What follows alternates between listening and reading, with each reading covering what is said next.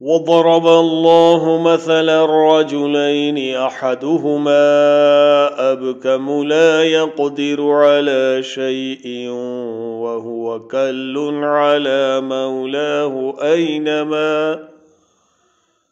ऐनमा युवज्जिहहु ला यअति बिखैर हल यस्तवी हुवा वमन यअमुरु बिलअदलि वहुवा अला सिरातिम मुस्तक़ीम।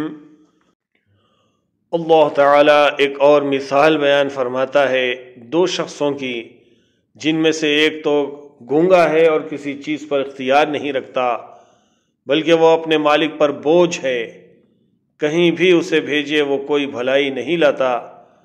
क्या ये और वो जो अदल का हुक्म देता है और है भी सीधी राह पर, बराबर हो सकते हैं?